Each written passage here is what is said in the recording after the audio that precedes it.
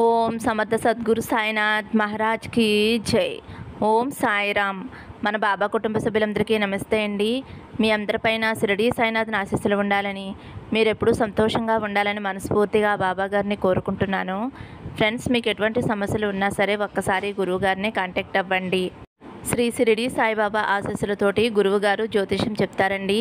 మీ సమస్య ఏదైనా సరే, భార్యాభర్తల మధ్య సమస్యలు, ప్రేమ సమస్యలు, పెళ్ళి, విద్య, ఉద్యోగం, వ్యాపారం, రాజకీయ సమస్యలు, స్త్రీ పురుష వశీకరణ చేయబడును.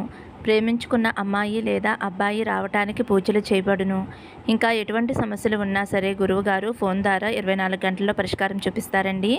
గురువుగారిని సంప్రదించవలసిన ఫోన్ నెంబర్ వచ్చేసి 9515466718. మీ సమస్య ఏదైనా సరే గురువుగారు 24 గంటల్లో పరిష్కారం చూపిస్తారండి. నమ్మకంతో కాల్ చేసి మీ సమస్యలను పరిష్కరించుకుని ఆనందంగా సంతోషంగా ఉండండి. ఇంక ఈరోజు వీడియోలోకి వెళ్ళిపోదాము. మన బాబాగారు సందేశం. మన బాబాగారు ఏమంటున్నారంటే, తల్లి, నువ్వు ఎప్పటి నుంచో ఎదురు చూసే శుభవార్త రేపటి రోజున తప్పకుండా వింటావమ్మా. చూసిన వెంటనే నన్ను కానీ దుర్గమ్మ తల్లిని కానీ తాకు తల్లి అని అయితే మన బాబాగారు మనందరి కోసం చాలా అంటే చాలా చక్కటి సందేశం తీసుకువచ్చారండి. మరి మన బాబాగారు ఇలా ఎందుకు చెబుతున్నారో ఆయన మాటలోనే తెలుసుకుందాము. చిన్న రిక్వెస్ట్ ఫ్రెండ్స్, మన వీడియోస్కి అయితే ఒక చిన్న లైక్ ఇవ్వండి. ఫస్ట్ టైం చూసేవారైతే మన బాబా భక్తి ఛానల్ తప్పకుండా సబ్స్క్రైబ్ చేసుకోండి. మీరైతే బాబాగారిని కానీ దుర్గమ్మ తల్లిని కానీ మనసులో అనుకోండి. ముందుగా అయితే దుర్గమ్మ తల్లిని తాకిన వారి గురించి అయితే మన బాబాగారు ఈ విధంగా చెబుతున్నారండి. తల్లి, నీకోసమే ఒక మంచి శుభవార్త తీసుకువచ్చానమ్మా. కాదని వెనక్కి పంపకు. దేని గురించి తల్లి అంత మదన పడిపోతున్నావు? ఈ లోకంలో కష్టాలు, సుఖ సంతోషాలు ఇవేమీ కూడా శాశ్వతం కాదు అని నీకు తెలుసు కదమ్మా. అయినా సరే ఎందుకమ్మా అంత అనవసరమైన ఆందోళన, ఆవేదన? ఎవరో నిన్ను చూసి హేళన చేస్తున్నారు, ఏదో అనుకుంటున్నారు అని నువ్వు బాధపడవద్దు తల్లి. వారికంటూ ఒక సరైన సమయం వస్తుంది. దానికోసం నువ్వు వేచి చూడటమే నీ పని తల్లి. నువ్వు ఓర్పు సహనంతో ఉండమ్మా. ఎవరైతే నిన్ను హేళన చేస్తున్నారో, ఎవరైతే నిన్ను మాటలతో బాధ పెడుతున్నారో వారు తప్పకుండా ఏదో ఒక రోజు వారు తప్పు వారు తెలుసుకుంటారు. అందుకు నువ్వు బాధపడవలసిన అవసరమే లేదు తల్లి. ఎంత మంచి మనసును వారు బాధ పెడుతున్నారు అంటే వారికి తప్పకుండా కాలమే సమాధానం చెప్పి తీరుతుంది. పాపపుణ్యాలను డిసైడ్ చేసేది కాలం. కాలానికి చాలా జ్ఞాపక శక్తి ఎక్కువ. ఏ సన్నివేశాన్ని కూడా మర్చిపోదు తల్లి. కర్మ రూపంలో తిరిగి ఇచ్చేస్తుంది వడ్డీతో సహా. కాబట్టి తల్లి, నిన్ను బాధ పెట్టిన వారు వారి కర్మ వారు నీ కళ్ళెదురుగుండానే అనుభవించే తీరుతారు. నువ్వు నీలోనే నువ్వు మదనపడి బాధపడటం మానేసే తల్లి. ప్రతిరోజు కూడా నువ్వు అన్నపానీయాలు మానేసి ఎక్కి ఎక్కి ఏడుస్తూ, నాకు ఎందుకు బాబా ఈ బాధ అని నువ్వు బాధపడటం నాకు అంతా తెలుసమ్మా. నీ యొక్క తండ్రిని, నీ బాబాను నేను ఎప్పుడూ కూడా నీకు మంచే చేస్తానమ్మా. నువ్వు నా బిడ్డవి తల్లి. ఎవరైనా నిన్ను బాధ పెట్టినప్పుడు దాని గురించి నువ్వు ఆలోచించవద్దు. దుర్మార్గులైన వారి మాటల కోసం నువ్వు గంటల కొద్దీ, రోజుల కొద్దీ ఆలోచిస్తూ ఎంతో విలువైన నీ సమయాన్ని వృధా చేసుకోవద్దమ్మా. నీ ఓర్పు, నీ సహనమే వారికి గుణపాఠం కావాలి. అంతేకాని వాళ్ళు నిన్ను బాధ పెడుతున్నారు అని నీలో నువ్వే కుమిలిపోతూ, నువ్వు నీ బిడ్డలని, నీ కుటుంబ సభ్యులని పట్టించుకోకుండా, వారితో ఆనందంగా గడపకుండా మనోవేదనతో ఉంటే ఎలా చెప్పమ్మా? అన్ని రోజులు కూడా కష్టమైన రోజులే ఉండవు. తప్పకుండా నీ జీవితంలో సంతోషకరమైన రోజులు కూడా ఉంటాయి తల్లి. అటువంటి సంతోషకరమైన రోజులు ఇప్పుడు నిన్ను వచ్చి చేరుతున్నాయమ్మా. ఎక్కువ సమయం కూడా లేదు. ఈ లోపల నువ్వు చేయవలసిన పని ఏమిటో తెలుసా తల్లి? సంతోషంగా, ఆనందంగా జీవితాన్ని గడుపుతూ నీ మనసుని ప్రశాంతంగా ఉంచుకో. నీ బిడ్డలు నిన్ను చూసి నా తల్లి ఎంతో వేదన చెందుతుంది, బాధపడుతుంది అని వారు బాధపడుతున్నారమ్మా. నీ బిడ్డల ముందు నువ్వు ఎంతో బలహీనత పడిపోతున్నావు తల్లి. నువ్వే ఇలా అయిపోతే నీ బిడ్డల పరిస్థితి ఏమిటి చెప్పు తల్లి. నిన్నే నమ్ముకున్నాను బాబా, నిన్నే వేడుకుంటున్నాను. తల్లివైనా తండ్రివైనా నువ్వే కదా తండ్రి. నువ్వు తప్ప మాకు ఎవరున్నారు తండ్రి అని ప్రతిరోజు కూడా నా దగ్గర మొరపెట్టుకుంటున్నావమ్మా. నాకు మాత్రం ఎవరున్నారు తల్లి? నా బిడ్డలు మీరే కదా. నాకు ప్రతిరోజు మీరు ఎంత సేవ చేస్తున్నారో నాకు తెలియదా? నీకున్న కష్టాలలో, బాధలలో, సమస్యలలో నేను పాలు పంచుకోలేనా చెప్పు తల్లి. నువ్వు ఇలా బాధపడుతూ, ఆందోళన చెందుతూ, వేదన చెందుతూ ఉంటే నేను చూస్తూ ఊరుకుంటానా చెప్పు తల్లి. నిన్ను బాధ పెట్టే వారికి నీ నుండి సమాధానం, నీ ముఖంలోని చిరునవ్వు, అలాగే నీ ఆత్మవిశ్వాసం, నా బాబా నాతో ఉన్నారు అనే ధైర్యం నీకు ఉన్నప్పుడు వారు నీ దగ్గరికి రావడానికి భయపడతారు తల్లి.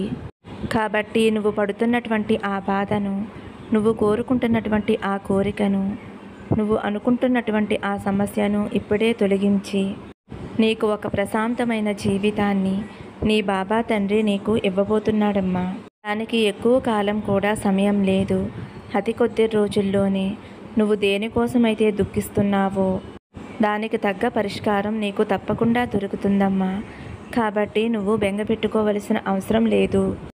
అలాగే నిన్ను బాధ పెట్టే వారి గురించి పట్టించుకోవలసిన అవసరం అస్సలు లేదమ్మా. దుర్మార్గులైన చెడ్డవారి మాటలు పట్టించుకుని ఎంతో విలువ చేసే రత్నాల్లాంటి నీ బిడ్డలను నిర్లక్ష్యం చేస్తావా చెప్పు తల్లి. బాధపడేవారుంటే బాధ పెట్టేవారు ఎప్పుడూ ఉంటూనే ఉంటారు. కాబట్టి నువ్వు ఎప్పుడైతే ధైర్యం, ఆత్మస్థైర్యంతో ఉంటావో అప్పుడే నువ్వు వారికి అటువంటి సమయంలో తగిన గుణపాఠం చెప్పగలుగుతావమ్మా. నా భక్తులైన మీరు ప్రతి క్షణము నా దగ్గర కూర్చుని రోధిస్తూ ఉంటే మీ తండ్రి అయిన నేను చూస్తూ ఊరుకోలేనమ్మా. వారికి తప్పకుండా శిక్ష వేసే తీరుతానమ్మా. నువ్వు చేయవలసిందల్లా వారి ముందు చక్కటి చిరునవ్వుతో తిరగటమే. అదే వారికి నువ్వు చెప్పేటటువంటి గుణపాఠం. నీకు తగినటువంటి ప్రశాంతతను, ఆత్మవిశ్వాసాన్ని నీ బాబా తండ్రి తప్పకుండా కలిగిస్తాడమ్మా. నీ సాయి తండ్రి ఎప్పుడూ నీతోనే ఉంటాడు, ఎల్లప్పుడూ నీ పక్కనే ఉంటాడు. అలాగే దుర్గమ్మ తల్లిని తాకావు కదమ్మా, అమ్మవారిని కూడా భక్తి శ్రద్ధలతోటి ఆరాధించు. అమ్మవారి ఆశీస్సులు కూడా నీపై ఎల్లప్పుడూ ఉంటాయి తల్లి. ఆనందంగా, సంతోషంగా ఉంటావు అని అయితే మన బాబాగారు దుర్గమ్మ తల్లిని తాకిన వారి గురించి అయితే ఈ విధంగా చెబుతున్నారండి. ఇప్పుడైతే బాబాగారిని తాకిన వారి గురించి అయితే మన బాబాగారు ఇలా చెబుతున్నారండి. తల్లి, ఇన్ని రోజులు నా కోసం ఎదురు చూసావు కదమ్మా. నా మాటలకు మర్యాద ఇచ్చి ఎదురు చూసావు కదా తల్లి. ఇదిగో అన్ని సమస్యలు కూడా తొలగించిపోతున్నానమ్మా. ఈసారి నువ్వు అడిగింది తప్పకుండా నెరవేరుతుంది. అడిగింది నీకు వచ్చి చేరుతుంది. అన్ని విషయాలు కూడా నీకు అనుకూలంగా జరుగుతాయమ్మా. ఈసారి నా మీద నమ్మకంతో నా మాటలు విను తల్లి. నీ నమ్మకానికి అనుకూలంగా నా మాటలు జరుగుతాయి తల్లి.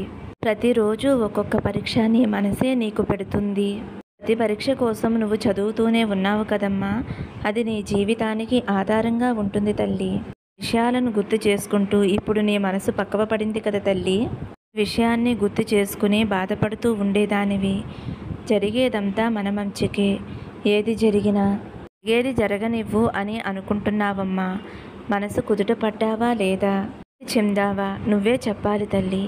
ఏదైనా సరే నీ మనసు కుదుట పడటానికి అని అనుకుంటున్నానమ్మా. ఒకసారి పడవచ్చు, 2 సార్లు పడవచ్చు. పదే పదే పడి లేచి నుంచున్నావు అంటే లేచి నుంచునే ఆలోచన శక్తి నీలో ఉంది అని అర్థం తల్లి. పడ్డాను అని నువ్వు దిగులు చెందవద్దు. చేయి అందించి పైకి లేపటానికి నేను ఉన్నాను కదా తల్లి. 100 సార్లు మనసు విరిగి బాధపడిన నీకు 1000 సార్లు నీ తలమ నిరిమి ధైర్యం చెప్పేందుకు నేను ఉన్నాను తల్లి. నీ కోసం కావలసినంత ధైర్యాన్ని, నమ్మకాన్ని నీ బాబాని నీకు ఇస్తానమ్మా. కష్టాలు ఎందుకు వస్తాయా అని ఆలోచించావా తల్లి? కష్టాలు వచ్చేంత వరకు అందరూ మంచివాళ్లే. కష్టాలు, బాధలు, పరీక్షలు ఎదురైనప్పుడు వాళ్ళ అసలు గుణం బయటపడుతుంది. నిజమైన గుణాన్ని పరీక్షించేందుకే భగవంతుడు శోధనలు ఇస్తాడు తల్లి. చెడ్డవాళ్ళని, మంచివాళ్ళని భగవంతుడు ఒకేలా చూస్తాడమ్మా. చెడ్డవారు, మంచివారు అనేది వారికి వచ్చే పరిస్థితిని బట్టి ఉంటుంది. అన్ని పరిస్థితుల్లోనూ ఒకే రకంగా మొక్కేవాడే నిజమైన భక్తుడు. అతడే ఈ సాయి భక్తుడు. కాబట్టి నీకు అంతా అర్థమైంది కదా తల్లి. కాబట్టి నువ్వు ఏమాత్రమూ కూడా భయపడవద్దు. నేను పెట్టే పరీక్షల్లో నువ్వు గెలిచావమ్మా. నువ్వు నా భక్తురాలివి కదమ్మా. నీ మనసు ఎంతో సున్నితమైనది. నీ మనసు చాలా మంచిది. ఇప్పటి వరకు నువ్వు అనుకున్న విషయాలన్నీ కూడా నీకు అనుకూలంగా జరుగుతాయమ్మా. ఇప్పుడు బాబా జరిగేది అనే సందేహం నీకు అస్సలు వద్దు తల్లి. కూడా పాజిటివ్గా ఆలోచించమ్మా. అన్నీ జరుగుతాయి, బాబా చేస్తాడు అనే నమ్మకంతో ఉండమ్మా. అప్పుడు తప్పకుండా నువ్వు కోరింది ఖచ్చితంగా జరిగే తీరుతుంది తల్లి. చెప్పిన విధంగా చేయమ్మా. ఎవరైనా లేని వారికి నీ స్తోమత కొద్దీ కొంచెమైనా దానం చేయి తల్లి. అది నీకు 1000 రెట్లు పుణ్య ఫలితం నీకు నీ కుటుంబానికి వస్తుందమ్మా. మంచి పని వల్ల నీకే కాకుండా నీ కుటుంబానికి, నీ పిల్లలకి, తరతరాలకి మంచి శుభాలు జరుగుతాయి తల్లి. నేను చెప్పింది అర్థమైంది కదమ్మా. ఇక నుంచి ఎంతో ధైర్యంగా, సంతోషంగా, ఆనందంగా ఉండమ్మా. నీ ముందున్నదంతా కూడా మంచి కాలమే. సంతోషంగా ఉండు అని అయితే మన బాబాగారిని తాకిన వారి గురించి అయితే ఈ విధంగా చెబుతున్నారండి.